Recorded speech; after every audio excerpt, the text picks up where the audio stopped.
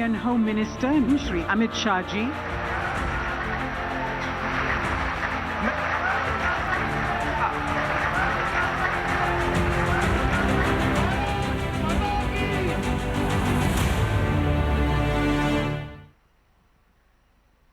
Friends, दोस्तों, सियासत के हर संकट का समाधान जिनके पास है, the one who is the master of checkmating every political and opposition move, विपक्ष की सियासी सोच पर जो सबसे कड़ी चोट करते हैं, the one who is known in the country and around the world today as the modern day Chanakya of Indian politics, हमारे साथ आज we are very privileged, we are very proud, we are very happy, Amit Shah ji, and we have waited for this a long time, that from your busy schedule, your very very busy schedule, you have taken time to be with us at the Republic Network Summit. So बहुत बहुत धन्यवाद, and let us start with a round of applause for it. प्रधानमंत्री जी ने 370 seat की target fix की है और NDA का अपना टारगेट 400 का है। सवाल मेरा यह है अमित शाह जी कि ये जो टारगेट है, ये लक्ष्य जो है, ये सेंटिमेंट्स को लेकर है, उसके आधार पर है, या फिर कोई state to state detailed political mapping भी की गई है? आजादी का आंदोलन एक सशक्त, समृद्ध, सुरक्षित, शिक्षित और विश्व गुरु के स्थान पर बैठे हुए भारत की रचना के लिए लड़ा गया था, और उसी लक्ष्य के लिए हम राजनीति में हैं और उसी लक्ष्य के लिए हम काम कर रहे हैं। जहां तक ये सीटों का सवाल है, जब से हम पार्टी बनाए तब से लेकर आज तक, 1950 से आज तक, हम जो कल्पनाएं लोगों के सामने रखे थे, हमारा एजेंडा लोगों के सामने रखे थे, इसकी पूर्ति के लिए जब इस देश की जनता ने पूर्ण बहुमत की नरेंद्र मोदी सरकार बनाने का मौका दिया, मोदी जी पर भरोसा किया, मोदी जी को 2 टर्म पूर्ण बहुमत का सरकार दिया, तब ये 10 साल हमने इसके लिए काम किया है। और मैं मानता हूं कि आजादी से लेकर अब तक के इतिहास में ये 10 साल भारत के विकास की दृष्टि से, भारत की सुरक्षा की दृष्टि से और भारत के विश्व में गौरव को बढ़ाने की दृष्टि से ये भारत का स्वर्णिम काल रहा है। मगर मैं आज ये भी कहना चाहता हूं देशवासियों से, ये फुल स्टॉप नहीं है, ये शुरुआत है। अच्छा समय आने वाला है और अच्छा समय आने वाला है, और इसके लिए ये जो प्रयास हमने 10 साल किया है, जो प्रचंड जन समर्थन देश भर में आज नरेंद्र मोदी जी को, भारतीय जनता पार्टी को, एनडीए को मिल रहा है। मैं देश के कोने कोने में गया हूं। चुनाव के पहले ही मैंने 136 सीटों का विजिट करा है। मैं आपको बता सकता हूं कि देश के कोने कोने से नरेंद्र मोदी जी के समर्थन में जनता खड़ी है। इसी के आधार पर हमने 370 के आंकड़े का लक्ष्य रखा है, 400 पार के आंकड़े का लक्ष्य। ये लक्ष्य हमारा वास्तविक भी है, और मैं आज बड़े विश्वास के साथ देश की जनता को कहने वाला हूं कि आप एक बार, आपके मन में जो आशीर्वाद पड़ा है, प्यार पड़ा है, उसको मत में परिवर्तित कर दीजिए। 400 पार देखते देखते हो जाएगा और एक मजबूत सरकार बन जाएगी। अमित शाह जी, एक गंभीर मुद्दा है जो इन्वेस्टिगेटिंग एजेंसीज, जो जांच एजेंसियों के साथ जो अभी हो रहा है, और ये सेंटर स्टेट रिलेशन से भी लिंक्ड है। हाल ही में बंगाल में संदेश खाली में ईडी की टीम जब गई तो उन पर हमला हुआ, और हमलावर ने कबूला कि हां, हमने हमला करवाया, हमने लोगों को लेके हमने एक मर्डरस अटैक करने की कोशिश की इन्वेस्टिगेटिंग एजेंसीज पर, और ऐसे लोगों को समर्थन भी मिलता है वहां के जो रूलिंग पार्टी है स्टेट की। ईडी के समन भेजे जाते हैं मगर नेता हाजिर नहीं होते हैं। इससे एक बुरा ट्रेंड देश पर भी जाता है। अरविंद केजरीवाल को अब तक 8 समन भेजे गए, 8 समन, और कई राज्य ऐसे भी हैं जिन्होंने अपने रूल्स को चेंज करके सीबीआई को नहीं घुसने दिया। ये बहुत सीरियस मामला है और अगर ये झगड़ा और बढ़ जाए तो इसके बहुत इंप्लीकेशंस हो सकते हैं। तो आप इसको कैसे रोकेंगे आप अमित शाह जी? पत्रकार हो, आपको लगता है कि ये समस्या बहुत बड़ी हो जाएगी, देश गंभीर संकट में आ जाएगा? मुझे कोई डर नहीं है। डेमोक्रेसी में हर चीज का जवाब जनता दे देती है, जनता सब देखती है।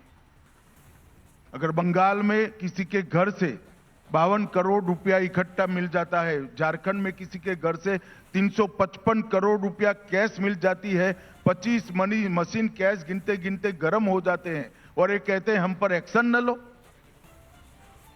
क्या कह रहे हैं?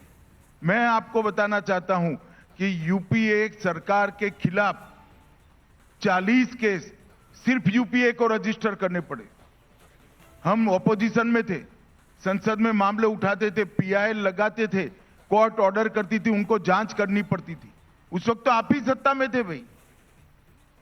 और आज देश में अदालतें हैं, अगर किसी को अन्याय हो रहा है तो अदालत में जाइए, अदालत सुनेगी आपको।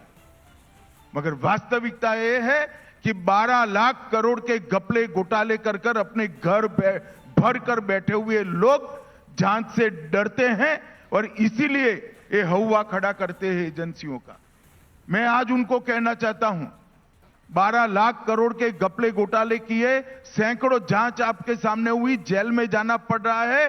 23 साल से नरेंद्र मोदी सत्ता पर है, मुख्यमंत्री भी रहे, प्रधानमंत्री भी रहे, 10 साल से हमारी सरकार है। एक चार आने का भी आरोप नरेंद्र मोदी पर हमारे विरोधी भी नहीं लगा। हमने पारदर्शिता से शासन किया है। और मैं आज फिर से एक बार कहना चाहता हूं विपक्ष के मित्रों को, आपके खोखले प्रचार के साथ जनता आने वाली नहीं है। आप इससे एक्सपोज हो रहे हो, आप कानून का साथ नहीं दे रहे हो। अगर आपको कोई ग्रीवेंसेस है तो अदालतों में जाना चाहिए, वहां से प्रोटेक्शन लेना चाहिए। मगर आप कोऑपरेट नहीं कर रहे हो, वो तो ठीक नहीं हो रहा है। मैं किसी व्यक्ति के बारे में नहीं कह रहा हूं। जहां तक संदेश खाली का सवाल है, मैं मानता हूं संदेश खाली की घटनाओं ने बंगाल के शासन को 100% एक्सपोज कर कर रख दिया है। एक महिला मुख्यमंत्री के राज्य में जिस तरह से धर्म के आधार पर महिलाओं का शोषण हुआ है, वो सहन ही नहीं किया जा सकता। हम इसके खिलाफ लड़ेंगे, एड़ी चोटी का जोर लगाकर लड़ेंगे और बंगाल में हम परिवर्तन कर रहेंगे। आपने संदेश खाली पे जो कहा, इसके लिए बहुत बहुत धन्यवाद अमित शाह जी। सब लोग सुनना भी चाहते थे और आज आपकी जो मैसेज है बहुत क्लियरली जा चुकी है। मैं आपको कहना चाहूंगा कि संदेश खाली के महिलाओं के साथ जिस तरह का अत्याचार हुआ है, और ये अब नहीं, 1-2 महीने से नहीं, ये कई सालों से चल रहा है।